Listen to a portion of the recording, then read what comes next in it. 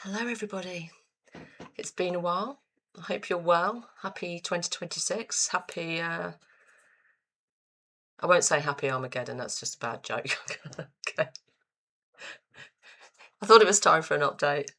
I shall try and refrain from commenting further on world events. So I'm up to session 9 with the Synthesized Tarot course, which is the 9th Arcanum, the 9s from the Minor Arcana, and the 19th, which is the Sun. And as I've written a fair bit about the 9th in my course materials to members, I thought I'd do a bit of just a spoken update around the 19th.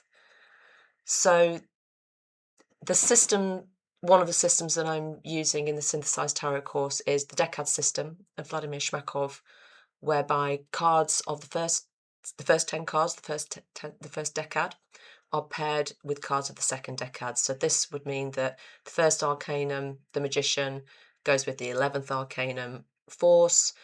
The second Arcanum, the High Priestess, is paired with the 12th, which is the Hanged Man, and so on. So this means that the Hermit is paired with the 19th Arcanum, the Sun. And just a reminder that there is even though there are binaries between the first decad cards and the second decad, the cards of the first decad are considered to be static and sephirothic. Sephirothic as in placed on, can be placed upon the tree of life. And static and unteachable, archetypal. The knowledge within them can be conveyed and codified, whereas the cards of the second decades are known by intuition. You're either awake to their actions and their archetypes and their tourbillons, their forces, or you're not. We'll assume that everybody studying this is awake to the living tarot, as well as the static tarot, which can be codified and taught. So now, in this course, we've been particularly concerned with the work of the Russian Silver Age chain, which comprises, amongst others, Valentin Tomberg, author of Meditations on the Tarot, Geo Moibus, the master of that school, the master mason and Kabbalist, Nina Roudnikova, Vladimir Shmakov, and others, but those are the books that I've been working with mostly. Now, I've noticed in the course of these studies that each one of these authors is masterful in their own right and seems to have a particular area of strength within one arcanum or another. So, as an example, Tomberg, I feel, is really strongly aligned with the Fool, the Hermit. Moibus with the Magician. Shmakov, I think, with the Fool. And Nina Roudnikova with the High Priestess, but also with the Sun, because her denouement of this arcanum is so clear, so lucid, so sunny, and her book is called The Solar Way, after all, that I thought that she would be a good one to focus on for our for comprehending the action of the living tarot, the 19th Arcanum in this case. So I'm going to read from her book. And this is from the Russian Tarot, the Moibus deck, the modern contemporary Moibus deck. Is that in focus?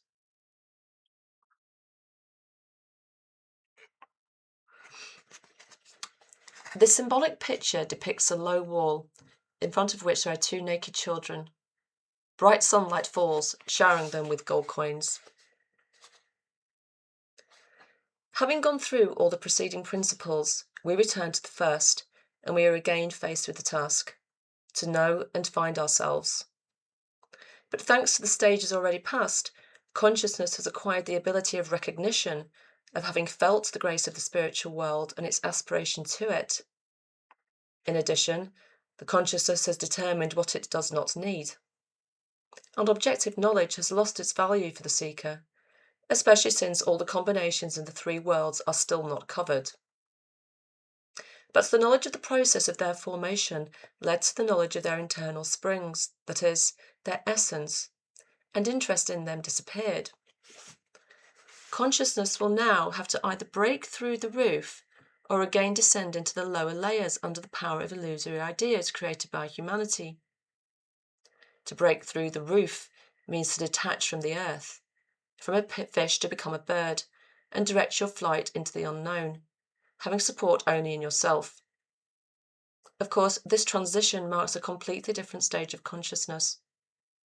This is a different attitude to the world, a different worldview, based not on a fulcrum, but on a point of suspension to the sun, the spiritual rays of which are each consciousness. When she writes about breaking through the roof, it reminds me of the ring past knot of consciousness, which I think was described by Madame Blavatsky. The hieroglyph of the Arcanum is interesting, the occult meaning of which is an axe. It symbolises the mental effort that we ourselves must make to cut through the roof of the 18th principle, that's the moon. The 19th principle is a way out of the hopeless conditions created by the 16th Arcanum, the Tower.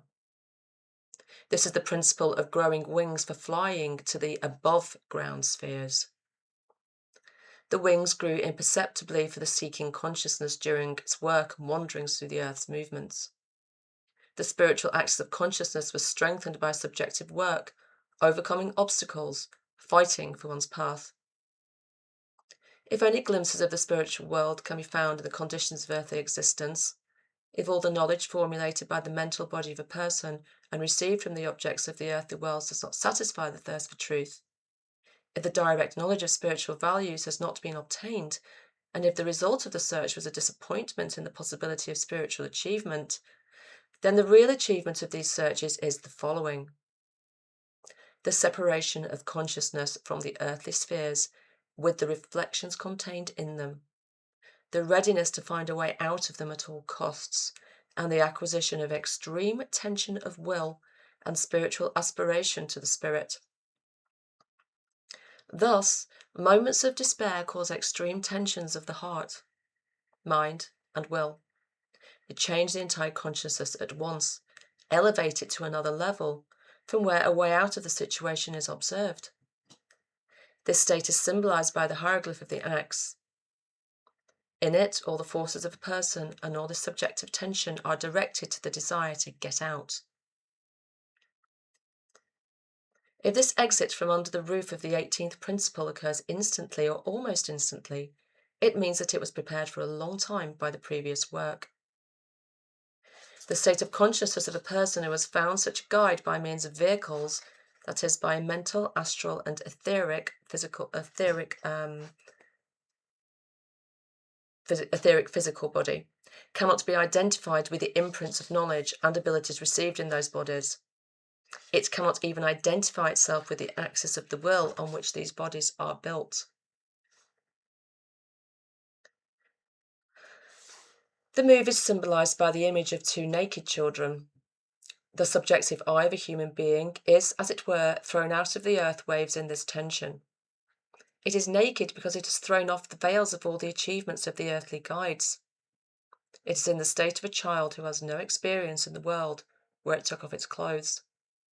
It is sexless. Both children are asexual, because the core of consciousness, the spiritual I, is the same in both men and women. This spiritual I is thrown to the surface of the earth's ocean at the moment of a desperate cry for the spirit. The human I stands naked in the face of the spiritual world, as it is from the beginning and will be until the end. And the only thing it knows about itself can be expressed by the phrase, "Here I am, what I am, and as I am." At this moment, the human I is fixed in the world of the spirit and changes the point of support to the point of suspension. The one who experienced this moment will never forget it, and from that moment on his entire worldview and his entire attitude to the world change. He is no longer a fish swimming in the water, but a bird flying in the sunlight. The sunlight is the whistle of spiritual insight, the light that flashes in the depths of the subjective consciousness, which knows its immortality, its eternity. Then, after this moment, a person must again return to the conditions of earthly existence, because his past karma binds him to the earth. But his consciousness is no longer immersed in the earth's waters, but hovers over nothing. It can no longer be identified with the earthly vehicles, that is, the mental, astral, and etheric physical body. It cannot be identified with the imprints of knowledge and abilities acquired in these bodies. It cannot be identified with the axis of the will on which these bodies are built. His whole earthly personality, ennobled and developed by previous work, becomes an objective tool in relation to a person, and the acquired knowledge and power which are stored in this tool can be deployed again if circumstances require it. All this is no longer his interest. It is when consciousness is detached from its earthly personality that the centers in which the spiritual self is reflected are designated in its various bodies. In the mental body, the center of the bell flashes. In the astral, the center of the heart. In the etheric, the solar plexus shines with an even light. This kindling of its centers signifies the acquisition by the bodies of special abilities reflecting the spiritual eye. The flashing bell center in the mental body makes it possible to establish a synthetic worldview expressed in synthetic philosophy.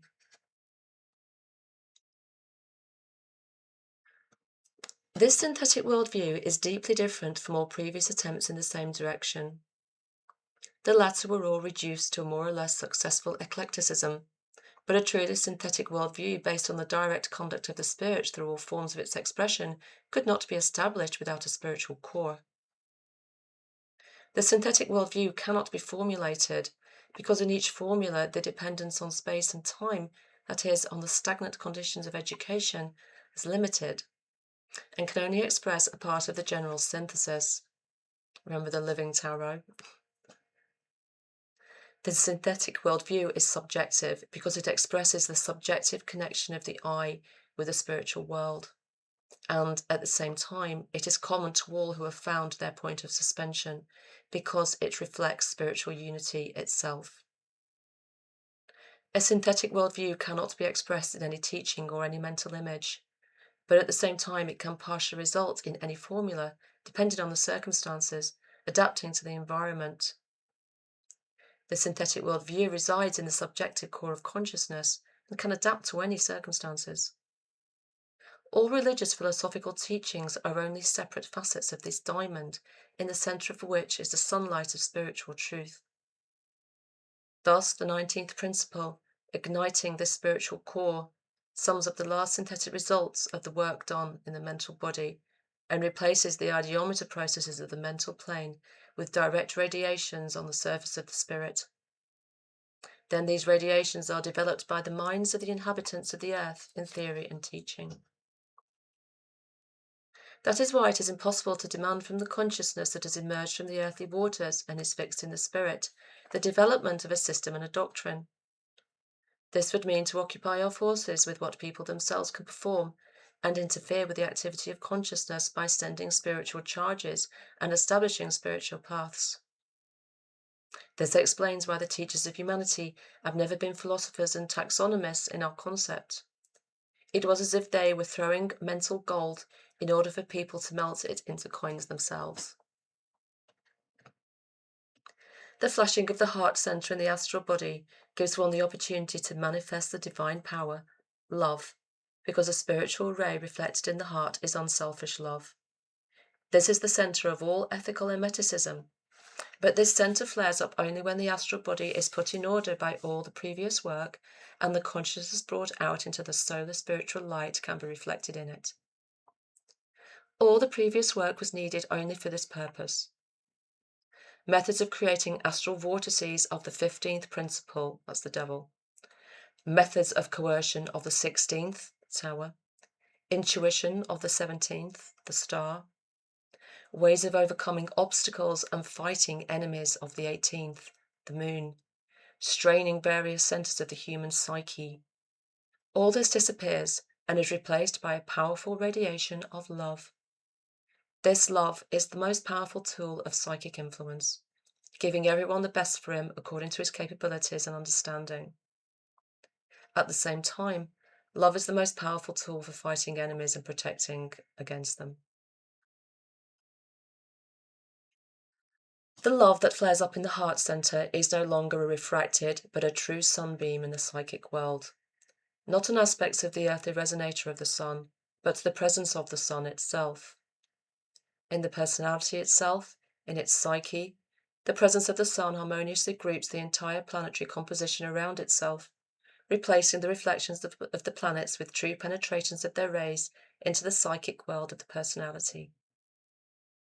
In this way, an especially intense astral body will be created, which is a magnet of intense action in the environment.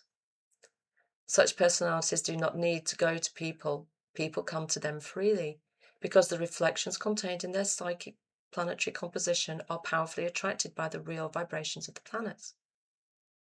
This replacement of the reflected planetary composition with the real harmonious world of planets around the solar center is the hermetic great work.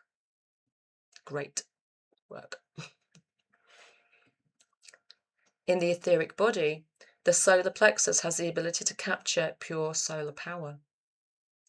This concentrated pure solar life force is the Philosopher's Stone that has the property of turning all metals into gold, cultivating plants at a rapid pace, curing all diseases, renewing the supply of vital energy, ensuring immortality. The Philosopher's Stone and the Elixir of Life are the same. The Philosopher's Stone is enclosed in the solar plexus of the etheric body of the one who came out into the sunlight. Therefore, alchemy can be practiced only by those whose consciousness has found a point of suspension to the spiritual essence of the sun, whose mental body is connected with the solar mind, the astral body with the solar heart, and the etheric body with the solar life force. The same applies to those who are engaged in the treatment of magnetism and to those who are trying to gain power over the phenomena of nature. Thanks to the help provided by those who are going to the spiritual world, this ascent is often completed before the earthly guides are put in final order. The bottom line is that with the establishment of centers, it is easier and faster to complete the hermetic work in all three planes. Therefore, finding the suspension point does not at all mean the mental emergence of a perfect human being. It is only after this ascent that the most serious part of hermetic work begins. But this work already takes place confidently, without tragedies and sufferings, because the illumination of the Spirit accompanies it. From now on, the joy of construction accompanies every step, because man is in his subjective depth is aware of the illusory nature of all the troubles, doubts, sufferings, obstacles, and enemies in the earthly world. The human consciousness lives in the eternal. It is connected with the spiritual world and is in contact with the divine spirit and the creative consciousness of our system, which are always ready to provide active assistance, both in building themselves and their neighbours, who are also going to the spiritual world. So, that's Nina Roudnikova from the Solar Way, and she's so clear and lucid and comprehensible. Good for Nina. Yay. Excuse me. Now, I don't think I'm going to read anything from Moebius, but I'm just going to have a look, just in case anything from his 19th Arcanum leaps out at me. What have I said here? There's a quote from Eliphas Levi. The sun is the sanctuary of spiritual beings who have been loosed from the ties of earthly life, and there is a blazing tabernacle in which resides the soul of the Messiah. Paul Christian describes it as the blazing light and earthly happiness.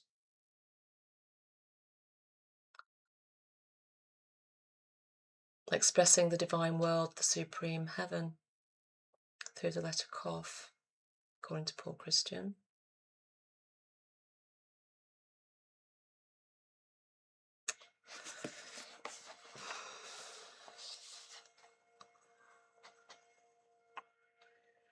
So the sign of the alphabet corresponding to the Arcanum is Kof. Its numerical value is 100. Its astrological correspondence is the sign of Pisces. Are we going into Pisces fairly soon?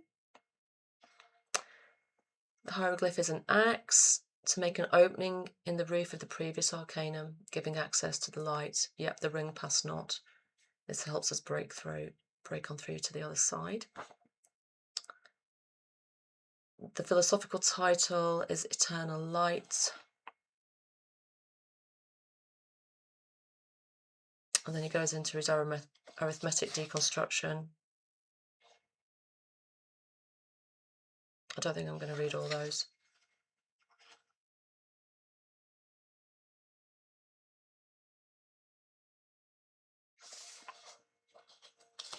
He is going to talk about ethical emeticism.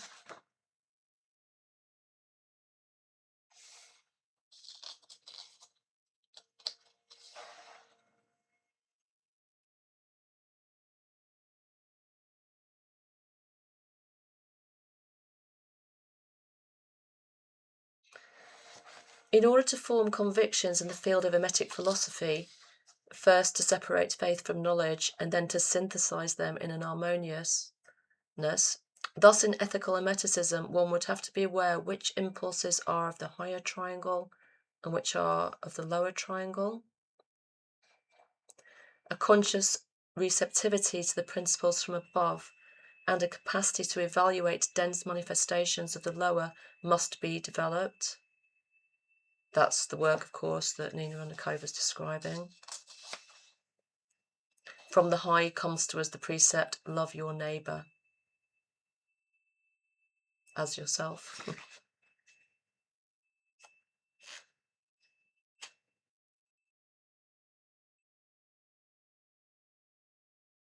We need to know the high ideals and the aspiration to reintegration, and in parallel observe and study our low selfishness so that we can then link them to the great law of ethics. So work on ourselves, of course. It is absolutely necessary to know how to rise from earth to heaven and to return again from heaven to earth. I think that might be the hardest part. Seeking the principles in its sources in the high and in the manifestations of the low. Then our virtue will acquire its full strength and any darkness will disappear from our heart. Able to assimilate everything that is subtle, we will become more virtuous. Through the chains that we will form, and through them this virtue will penetrate into all that is dense, will overcome inertia, the selfishness of the masses, and even against their will, instill in them ethical principles. He's giving a reason for emetic work there, to raise the consciousness of humanity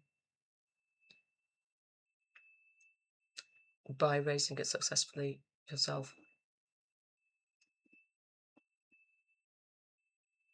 In the purely mental plane of emeticism, the intellect oscillates between heavenly principles, and earthly facts. That is, it must practice deduction and induction. The same must be done by the heart. On the mental plane, the reward is the understanding of causes. On the plane of feeling, a complete peace in the heart itself, a full harmony of the astrosome that will actively manifest itself as mercy and justice, as man perceives the desires and needs of his fellow man. In the first field, the man learns to solve abstract problems, that is, to overcome the subtle, and also to penetrate the dense. That is, to explain the world of facts, participating in the formation of the fraternity of virtue, influences, and elevates and to elevate the ethical society.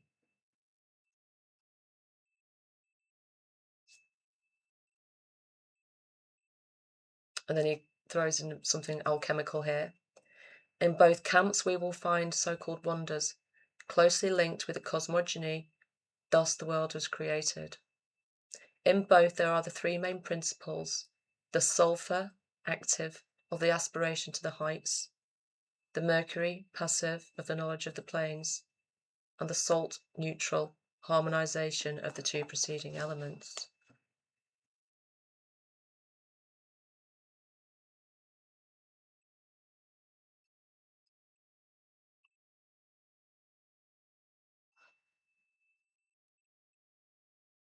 Now here it gets a bit, both there and here are four elements. In metaphysics, the desire to find the truth and the desire to convey it, the desire to perceive and assimilate it, and the desire to synthesize the perceived into the system. So we're looking at a tetragrammaton quaternary there, with the synthesis coming with the second hay, the emperor, and the emperor as that gatekeeper there. And as he says, the first two elements are the yod and the hay. The yod and the vow, actually. The second two are the hay. In ethical hermeticism, yod corresponds to evolutionary activity, vow to the involutive, the first hay to positive emotions, and the second hay to negative passivity. In the field of mind, as well as in the heart, there is a fifth active element in the role of the operator in the centre of the quaternary. In metaphysics, the fifth element corresponds to the mind of the fallen Adam, who knew the good and evil of the great scale which maintains the balance of the world. I think I've heard this Adam described as Adam Belial.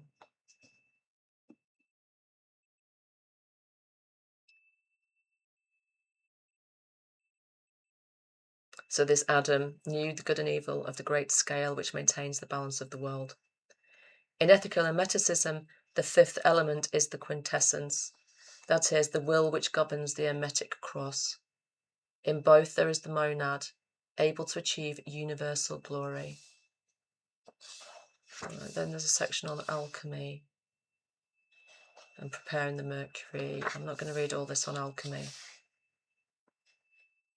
except to say, because Nina Roudnikova mentioned the philosophical stone, that the third stage, multiplication of power, gives the stone, which is subjected to the action of the Azoth of the wise. I'm not going to read that. Okay, and here I've got to my notes at the end of this. Notes tend to be based on meditations on the tarot. And a reminder what Valentin Tomberg says: may those who follow the star do so completely and without reserve. This faithfulness to the star confers the strength to resist the impatience and weakness of revolt, and enables us to develop real intuition, which is, as he says, the cooperation of human intelligence with superhuman wisdom, thus creating a link between that which is absolute and that which is only relative, between the supernatural and the natural, between faith and reason. Such a gift, says Tomberg, is reserved for believing thinkers, and is beyond the reach of the unbelieving, belief being essential to the attainment of transcendental things that intuition alone can give. Personal insight.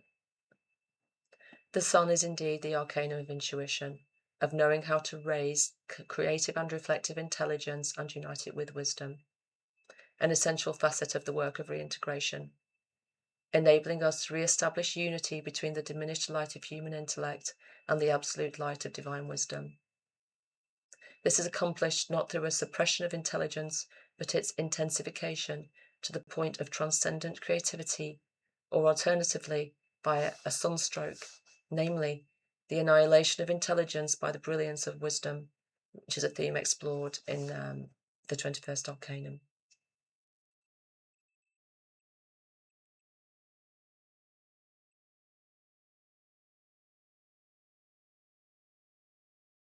Okay, I think that's enough now. Thank you. Just another quick look at the card. The sun. May it shine brightly upon you. Warm your heart. Enliven your mind. Strengthen your will, your spirit. Help you overcome this. Even though that Arcanum helped us to create the axe we needed to break through that ring plus knot. Okay, that one's backwards, that's okay. I'm not going to just sit here shuffling cards. All right, that's it for the solar wave for now. Thank you for listening. Happy Imbolc coming up